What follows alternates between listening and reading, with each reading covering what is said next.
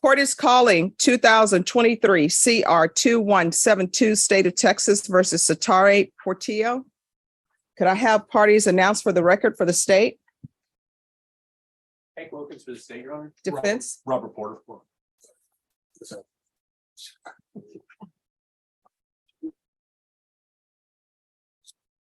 All right, so we're here for sentencing. We've been waiting for the results of a UA and that result hasn't come in yet. Probation, do you have any idea when that will be ready? That was done an off-site, so if I would have thought that we would have received it by now, the results didn't go on the day. It wasn't submitted on the day that the court required, so it took a little while to get her in. So right now we're just waiting. It was submitted on the 21st, so I thought it would be in by yesterday, today, but it still says today. Okay.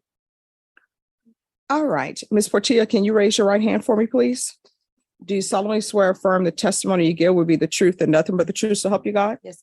All right, you can lower your hand. How many children do you have? 2, What are their ages? 6, and 14. Are you employed? And What do you do? managed properties, apartments, Okay. How long have you been doing that? 8 years. And does anyone live with you other than your children, or do your children live with you? Yes, they do. All right, anyone else stay with you? My aunt as well.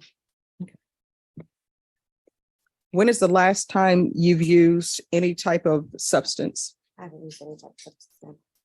in your lifetime? Well, no, it's been quite a while. So my question is, when is the last time? Probably about a year and a half ago. And what drugs were you using a year and a half ago? Marijuana. That's all. Yes. Okay. This is what I'm going to want, probation. You need a pen? All right. It's going to be 8 years deferred adjudication, $2,000 fine, probated. I'm going to want her on the patch until further notice. All right. So 8 years, sorry about that. 8 years deferred adjudication, $2,000 fine, probated, a patch until further notice. I'm going to want a TAP evaluation done and follow all TAP recommendations. And counsel, if TAP recommends inpatient treatment, you'll need to come back to court. Yes, sir. There's to be 200 hours community service restitution. She's to complete parenting classes, and those hours will be waived once parenting classes are completed. And probation, you can decide which parenting classes you all think would be appropriate for her. Proof of employment. Y'all need to whisper proof of employment within 30 days. There's to be no employment as a home healthcare provider or with minors. Regular reporting by Zoom or in person. I'm going to want field visits one time every 3 months, random. And that's until further notice. Who is Michael Portillo? That's your son. juvenile child, right? Yes, ma'am. Who is Maria Avalos? My ex-mother-in-law. There's to be no contact with Maria Guadalupe Aveles. I guess that's how you pronounce it. Aviles. Avalos. Could I say something though? Sure. Oh. Well, because my mother-in-law, we do have a lot of contact with each other about it, so. We have to contact each other.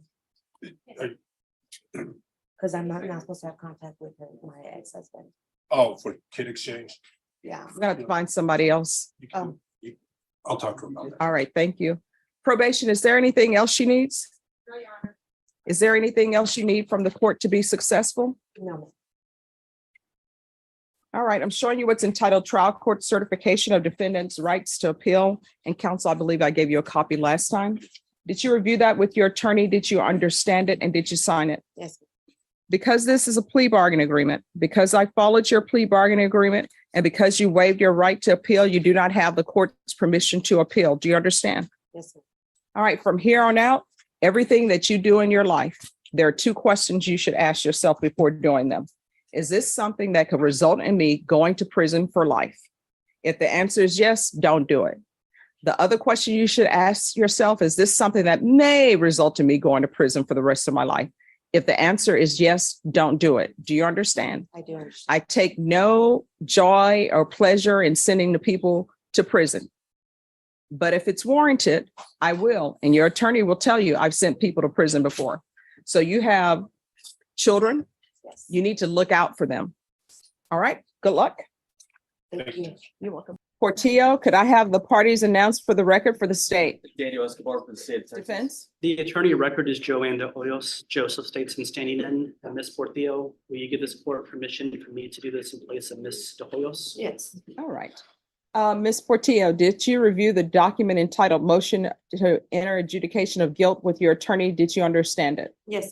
Are you the same Satari B. Portillo who was placed on deferred adjudication in 2023 CR 2172 for the offense of possession with intent to deliver a controlled substance penalty group 1, 4 grams to 200 grams on July 27, 2023 for a period of 8 years? Is that you? Yes, ma'am. All right, state. Violating condition number 35, on or about the 25th day of March, 2024, in Bexar County, Texas, the defendant, Satara B.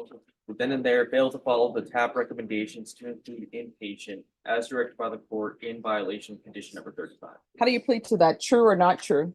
True. Your Honor, state waives all the violations. Any objections to the state's waivers? None.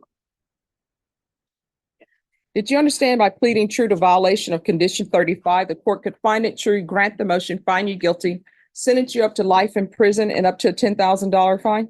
Yes, ma'am. Knowing that, do you still wish to plead true to violation of condition number 35? Yes. Court will find violation of condition number 35 true. Is there a proposed agreement? Yes, Your Honor, it's altered amend for state ISF, the substance abuse program, followed by aftercare with ISP, weekly UAs with zero tolerance. All right, so what I can tell you all, if you want to reconsider things, you can, but I'm not following that agreement. We could step away for a moment.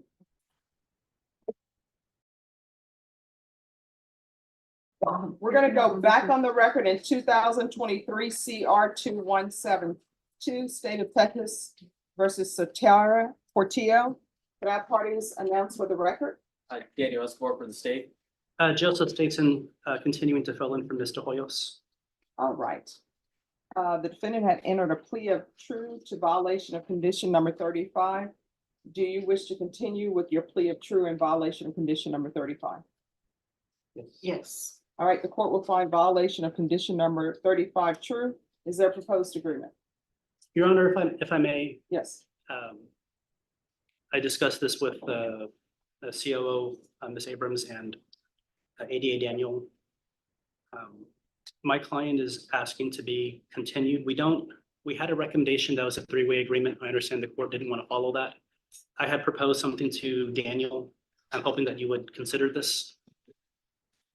But just some background a little bit first. Her prior MTR was disposed of February 27th, 2024. But she was booked February 3rd, 2024. So from February 3rd till today, according to the clerk, it's 137 days. So she's had the equivalent of a, not court ordered, but equivalent of a 4-month jail sanction.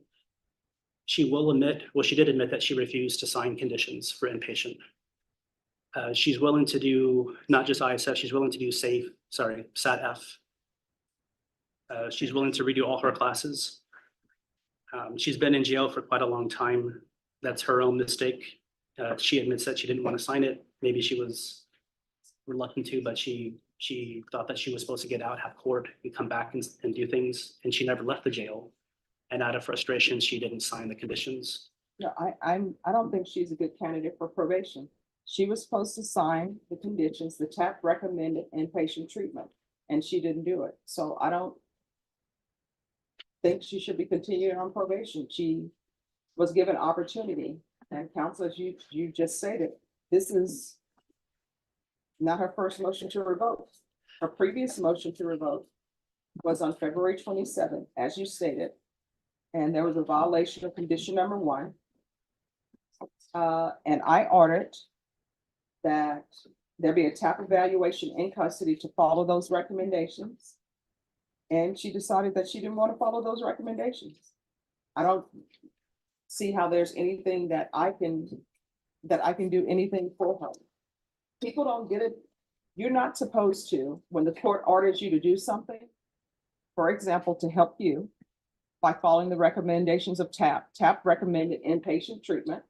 And I know sometimes people get to talking to people at the Bexar County Jail. And when I say people at the Bexar County Jail, I mean other inmates.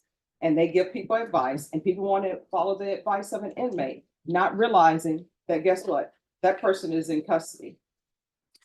But I made an order, and we can't do this thing where I order somebody to follow the TAP recommendations, and the TAP says inpatient, and then somebody says, I'm not signing to go to inpatient. And then what ends up happening when reality hits that your range of punishment is 5 to 99 years or life, then people come before the court and they want to say, oh, you know what? I changed my mind. Now I will do inpatient treatment. So that's where we are. And I Your don't think Honor, she's a good candidate. she's also willing to take a felony conviction, change it from deferred to straight probation.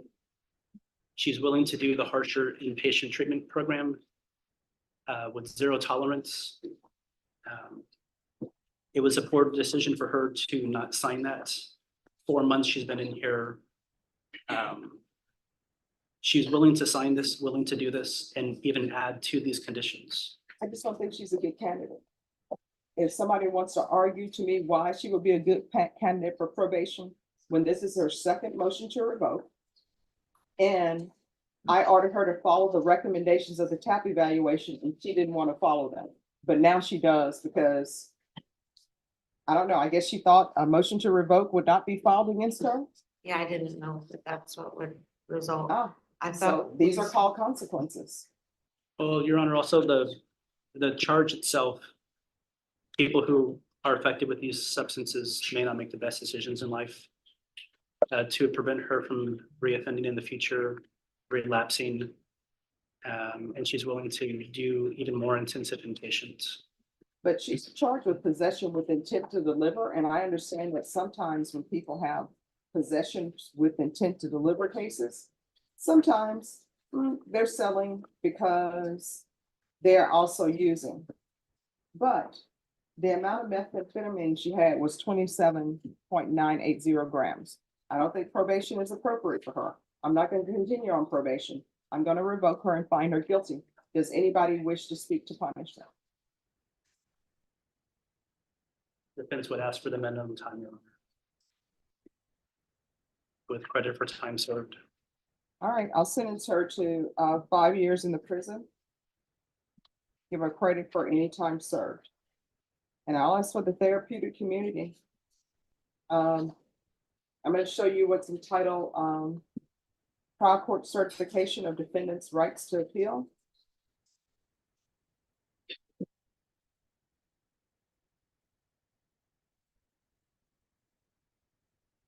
Did you review that with your attorney? Did you understand it and did you sign it? Yes. But you do have a limited right to appeal. That right to appeal is as it relates to the allegations in the motion, not the fact that you are on deferred adjudication. Do you understand? Yes, please. All right. Because this is a felony conviction, you're not allowed to own or possess any weapons or ammunition. If you have a question over what a weapon or ammunition is, you'll need to speak to an attorney. Do you understand?